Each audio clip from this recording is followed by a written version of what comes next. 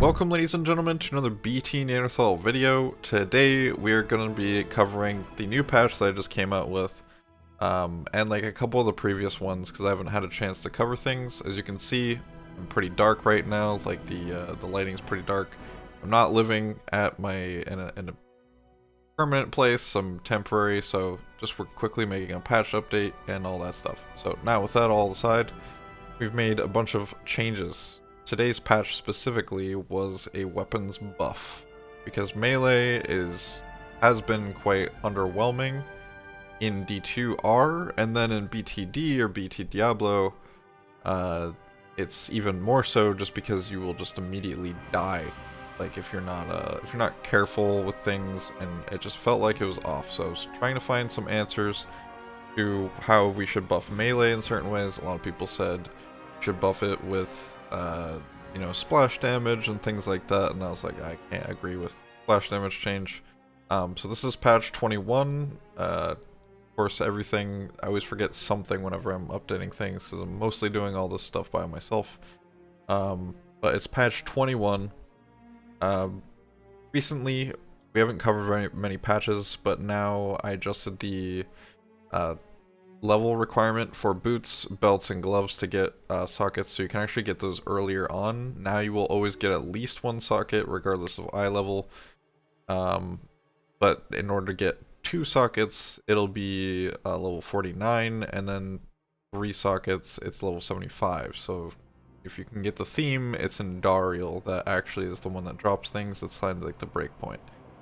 Is like Endarial and Nightmare. You can drop 2 sockets from corruptions and stuff, like, not drop, but like you can get 2 sockets from corruptions. Full rejuves are now L-Core. That was requested because there was a recipe before, so now they sell L-Core. We have Eth recipe is cheaper now. Charcy's Malice plus Quiver is replenished quantity because arrows replenishing quantity is really nice. I feel like that should have been a thing. All recipes now can use stacked items. The only thing about this, unfortunately, because I have to soft code the entire thing, is that it will eat your entire stack if you're not careful. So you have to unstack things prior to using the recipe, so it uses a 1 quantity.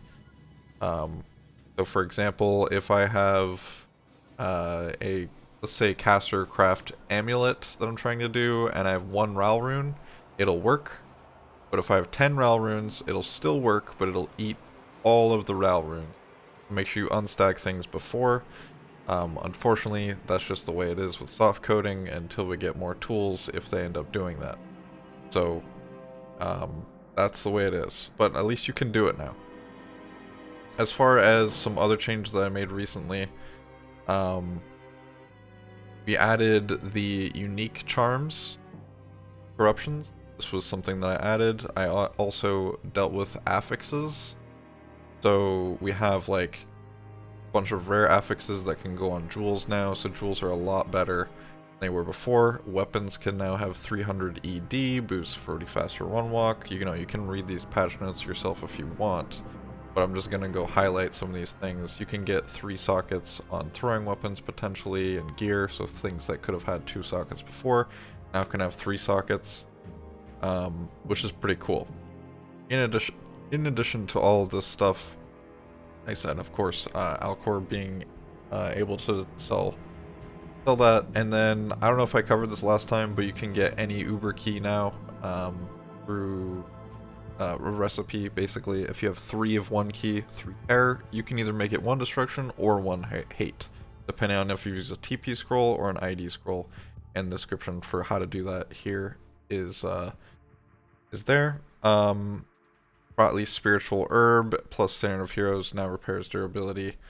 So like I said, it's cheaper. Charcy's Malice, cheaper. And then I also added a rare jewel recipe where it costs 9 jewels plus Charcy's Malice, and you basically imbue a rare jewel. And jewels are much better than they were, so imbuing this is pretty strong. Still not sure 9 is the right amount, but that's where it is right now. Corruptions, I added unique charm corruptions. This was huge overhaul, and I'll try to go through this quickly, but the gist is that the Annie and the torch cannot brick when you corrupt them. Beads can brick, but the other ones cannot brick. Because that's kind of how I felt it should be with everything. So in order to do that, you need Hellfire Ashes plus a Annie, and that equals corrupted. Hellfire Ashes is basically use Larzik's Malice or Larzik's Forging Hammer plus the torch in order to break it down into Hellfire Ashes. And then after that, you can use those Hellfire Ashes to actually corrupt your charms. So now we have things like this. I kind of went with a theme of magic, like magic charms being on top of your Annie, and then some bonuses here and there. So like, so you know, 7 MF plus 10 gold find, which is kind of cool. It's like perfect rolls on a magic charm on top of the Annie, which is really cool. And then we have 5 to 10 increased attack speed, 5 to 10 faster cast rate. These things will literally change your builds. Really, really cool stuff in my opinion. Then with the Hellfire Torches, I made an interesting change for corruptions, or like an interesting addition to corruptions, is it costs 3 Hellfire Ashes to corrupt your Hellfire Torch, but what you get out of it is amplified damage, or lore resist, or decrep when struck. All these things are pretty much when struck, and then in addition to that, if you don't get one of these things, you can get a aura. So one of these things you can get. You cannot corrupt multiple times or anything like that, just one time. So you got prayer is an option, which is kind of cool as an AoE. It doesn't cost any mana or anything. You get vigor, or you get blessed aim, so it's really strong. One thing that I really like with the Geed's Fortune is that you can get a skiller, basically a corruption skiller. So you corrupt a Geed's, it's a 32% chance to brick, so a little bit less than the base chance for standard of heroes. But like, you use the Hellfire Ashes plus Geed's, and then you might get like a skiller, or you get a Geed's Blessing is I guess what I'll call this. 7 faster run walk, 12 faster hit recovery, 15 all res. So this is kind of like getting a Grand Charm and then corrupting a Grand Charm on top of it. So you know how sometimes like, do I want a skiller or do I want Geeds? Well, now you can have both if you have the right corruption. I really like this. So let me know what you think about that one. As far as some other things that we just made for changes recently, let's see if I can find it. Items. Okay, this right here, huge. I made it so we were talking about weapons buff earlier. I made it so all weapons have increased base damage values. This means that, you know, for example, short bow had 1 to 4 damage. Now it has 2 to 6. So everything is much, much stronger than it was. And looking at the damage, eventually you will be able to hit grief values of damage just from base like items. Once you're like fully kitted out and everything like that, and you have your good corruptions, all things like that, that's what it's going to roughly look like. Maybe a little bit better, maybe a little bit worse depending on what you find and all that stuff.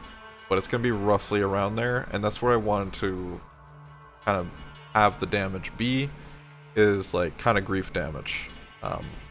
Again, that's rough estimate. And then multi-shot, I had to nerf it a little bit, so we made it so regular bows, not crossbows. So crossbows are actually really strong. They're better than bows as far as damage. So Bariza is going to be very strong. You're going to have 15% increased maximum base damage instead. So it's still buffed from the vanilla base game, but it's not as strong as the 50% buff because I felt that was too strong.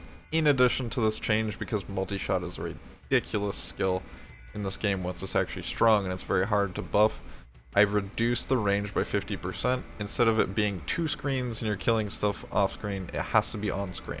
It basically will be a little bit longer than your screen as far as the range goes.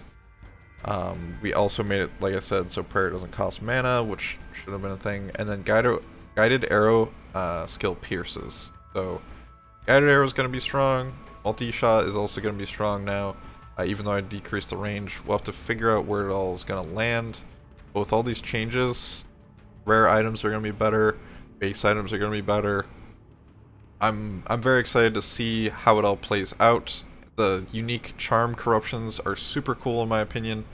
I can't wait to actually start getting into those and all that stuff. But anyways, let me know what you guys think. If you are enjoying this mod, please let me know what you guys love about it. What builds are you playing? How far have you made it so far? You know, all that stuff. I'm definitely interested in hearing about that. We recently had 2 major things that I'll just announce. The first hardcore clear was done by Kex on a Necromancer. He was level 90.